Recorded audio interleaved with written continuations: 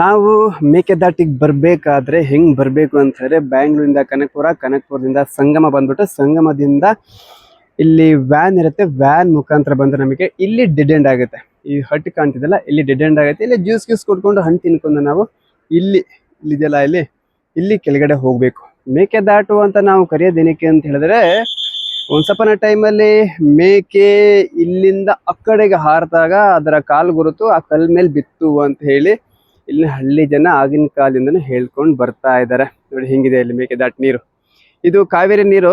ಕಾವೇರಿ ನೀರು ಇಲ್ಲಿ ಹರಿದ ಕೊನೆಗೆ ಇಲ್ಲಿ ಡೆಡ್ ಎಂಡ್ ಆಗುತ್ತೆ. ನಂತರ ತಮಿಳ್ನಾಡಿಗೆ ಹೋಗುತ್ತೆ. ಕಾವೇರಿ ನೀರು ತಲಕಡಲ ಹುಟ್ಟುತ್ತಲ್ಲ, ಆ ನೀರು ಹರಿದು ಬಂದು KRS ತುಂಬಿ ನಂತರ ಶ್ರೀರಂಗಪಟ್ಟಣ ಬಂದು ಅನಂತರ ಇಲ್ಲಿ ಹರಿದು ಕೊನೆಗೆ ಹೋಗುತ್ತೆ.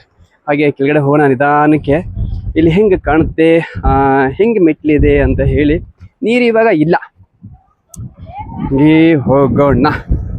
ಇಲ್ಲಿ ಹೋಗ್ಬೇಕಾದ್ರೆ ನಾವು ಸೇಫ್ಟಿ ಪ್ರಿಕಾಷನ್ಸ್ ಹೋಗಬೇಕು. ಸೆಲ್ಫಿ ಹೊಡ್ಕೊಂಡು ನಾವು ಹೋಗಬಾರ್ದು. ಮಕ್ಕಳನ್ನ ನಾವು ಜಾಗ್ರತೆಯಿಂದ ಕರ್ಕೊಂಡು ಹೋಗಬೇಕು. ಹಂಗೆ ಫೋಟೋ ಹೊಡ್ಕೊಂಡು ಹೋದ್ರೆ ಆಮೇಲೆ ಇಲ್ಲಿ ತುಬ್ಕೊಂಡು ಬಿದ್ದೋಗ್ಬಿಡ್ತು. ಎತ್ತರ ನಮಗೆ ಯಾರು ಇಲ್ಲ. ಎಲ್ಲರೂ ಹೋಗಿ ನೋಡ್ಕೊಂಡು ಬರ್ತಾ ಇದ್ದಾರೆ. ಎಲ್ಲ ವಿಸಿಟ್ ಮಾಡಿ, ಓಕೆ, ಚೆನ್ನಾಗಿ ಮಜಾ ಮಾಡಿ, ಅವ್ರಿಗೆ ಸಪೋರ್ಟ್ ಮಾಡಿ. Thank you. ನಂತರ ಟೂರಿಸ್ಟ್ಗಳು ಬಂದು ಏನು ಗೊತ್ತಾ, ಫೋಟೋ ಡಿಫ್ರೆಂಟ್ ಬರಬೇಕು ಅನ್ಕೋಬಿಟ್ಟು ಇಲ್ಲೆಲ್ಲೂ ಹೋಗಿ ಫೋಟೋ ಹೊಡ್ಕೊತಿರ್ತಾರೆ. ಹಾಗೆ ನಾವು ಫೋಟೋ ಎಲ್ಲ ಹೊಡ್ಕೊಬಾರ್ದು. ಎಲ್ಲಿ ಅಫಿಷಿಯಲ್ ಇರುತ್ತೆ, ಎಲ್ಲಿ ಸೇಫ್ಟಿ ಇರುತ್ತೆ, ಅಲ್ಲಿ ನಾವು ಫೋಟೋವನ್ನ ಹೊಡ್ಕೋಬೇಕು, ಬರಬೇಕು. ಇನ್ನೂ ಹುಚ್ಚಬಿದ್ದು ಏನೋ ಸಾಹಸ ಮಾಡ್ತೀನಿ ಅಂತೇಳಿ ಅಲ್ಲೋಗಿ ಇಲ್ಲೋಗಿ ಕೆಲವರು ಮಾಡ್ತಾರೆ. ಇನ್ನು ಕೆಲವರು ಡ್ರಿಂಕ್ಸ್ ಮಾಡ್ಕೊಬಂದ್ಬಿಟ್ಟು ಇಲ್ಲಿ ಶೋ ಆಫ್ ಕೊಡೋಕೆ ಹೋಗ್ತಾರೆ, ಹಿಂಗೆ ಅಂತಲ್ಲ. ಅವೆಲ್ಲ ಮಾಡೋಕೆ ಹೋಗ್ಬಾರ್ದು.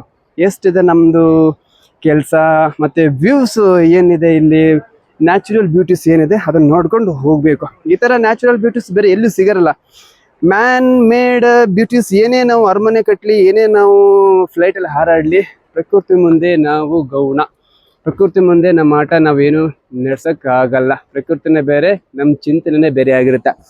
ಇವಾಗ ಬ್ಯಾಂಗ್ಳೂರು ಇದೆಯಲ್ಲ, ಬ್ಯಾಂಗ್ಳೂರು ನೆಕ್ಸ್ಟ್ 10 years ನಮಗೆ ಊಹೆಗೂ ನಿಲುಕದಷ್ಟು ವಿಸ್ತಾರವಾಗಿ ಬಿಡುತ್ತೆ.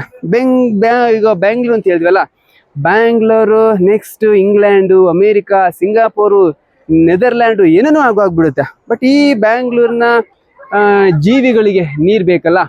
ಕಾವೇರಿ ನೀರು ಈಗ ಬರ್ತಾ ಇದೆ. ಕಾವೇರಿ ನೀರು ಸಾಕಾಗಲ್ಲ.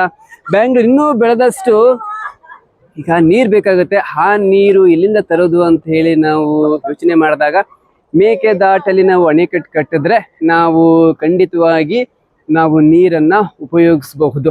ಈಗ ವೈಜ್ಞಾನಿಕವಾಗಿ ನಾವು ಊಹೆ ಮಾಡಿದಾಗ ಇಲ್ಲಿ ಬೇಕೇ ಬೇಕು ಅಂತೇಳಿ ನಾವು ಯೋಚನೆಯನ್ನ ಮಾಡ್ತಾ ಇದ್ದೀವಿ. ಇದು ಅಣೆಕಟ್ಟು ಇಲ್ಲಿ ಬೇಕು ಅಂತ ಹೇಳಿ. ಇಲ್ಲಿ ಕೃಷಿಗೆ ನಾವು ಇದನ್ನೇ ನೀರು ಬೆಳೆಸ್ತೀವಿ. ಕರ್ನಾಟಕ, ತಮಿಳುನಾಡು ಎಲ್ಲರೂ ಕೂಡ ಕೃಷಿಗೆ ನಾವು ಈ ನೀರನ್ನು ನಾವು ಬಳಸ್ತೀವಿ. ನೋಡಿ ಎಷ್ಟು ನೀರು ಹರಿದು ಹೋಗ್ತಿದೆ ಅಂತೇಳಿ. ಇನ್ನು ಈಗ ಬೇಸಿಗೆಗಾಲ, ಈ ಸರಿ ಸ್ವಲ್ಪ ಕಮ್ಮಿ ಆಗಿದೆ ನೀರು.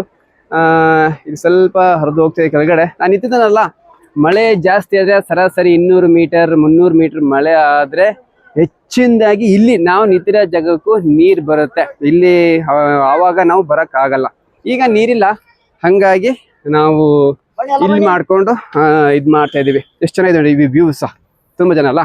ಹಾಗಾಗಿ ಮತ್ತು ಇನ್ನೊಂದು, ಇದೇ ನೀರನ್ನ ನಮ್ಮ ಕರ್ನಾಟಕದ ರೈತರು ಮತ್ತು ತಮಿಳ್ನಾಡಿನ ರೈತರು ಎಲ್ಲರೂ ಕೂಡ ಬಳಸ್ತಾ ಇದ್ದಾರೆ.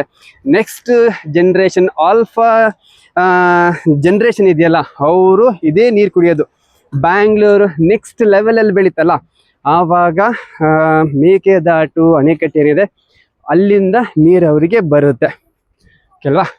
ಎಷ್ಟು ಚೆನ್ನಾಗಿದೆ ನೋಡಿ. ನೀವು ಫ್ರೀ ಇದ್ದಾಗ ಒಂದಿನ ಬಿಡುಗಡೆ ಮಾಡಿಕೊಂಡು ಈ ಒಂದು ಮೇಕೆದಾಟಿಗೆ ವಿಸಿಟ್ ಮಾಡಿ ಪ್ರಕೃತಿ ಸೌಂದರ್ಯವನ್ನು ನೀವು ಸವಿಬಹುದು. ತುಂಬ ಚೆನ್ನಾಗಿದೆ, ಡಿಫ್ರೆಂಟ್ ಆಗಿದೆ. ಓನ್ ವೆಹಿಕಲಲ್ಲಿ ಬಂದರೆ ನಮಗೇನು ಮಜಾ ಸಿಗಲ್ಲ.